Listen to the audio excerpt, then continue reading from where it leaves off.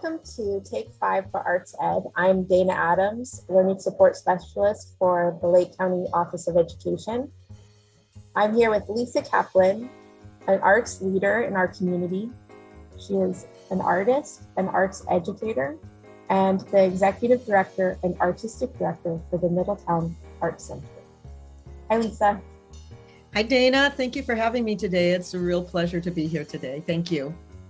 The first question I have for you, Lisa, is what is the first arts experience you remember?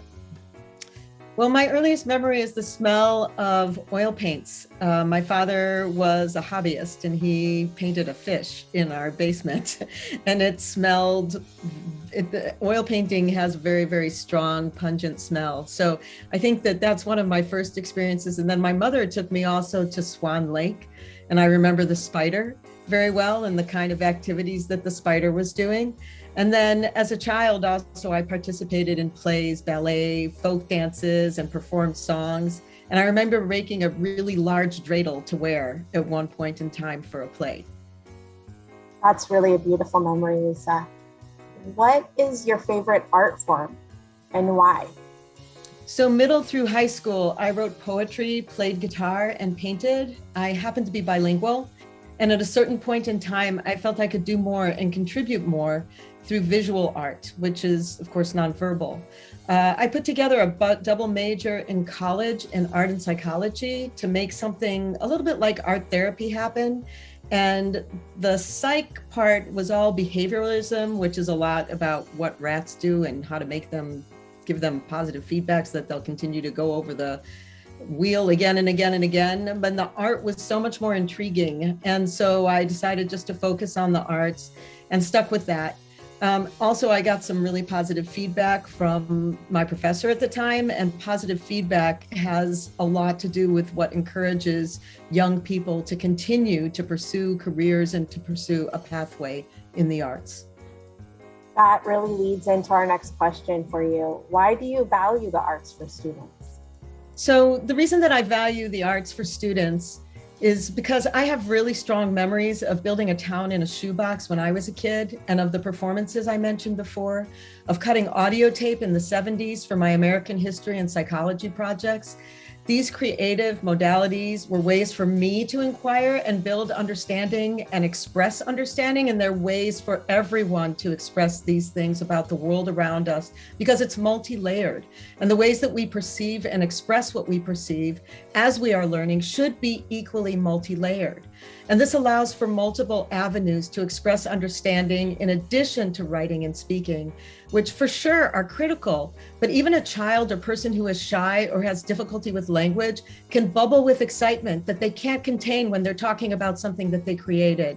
And that expresses their understandings, their insights, and that's more powerful than just talking about what they understood. Thank you so much, Lisa. Can you share with us, how are you making a place for the arts in your sphere of influence? In 2015, I co-created the Middletown Arts Center, which in addition to many programs for all ages, we have homeschool, after school, and summer camp. We offer school field trips for inquiry-based gallery tours and hands-on art making in the studio. These integrate VAPA standards and, of course, listening and speaking and writing skills. We're also open to receiving requests from teachers to integrate social studies or science into what we offer.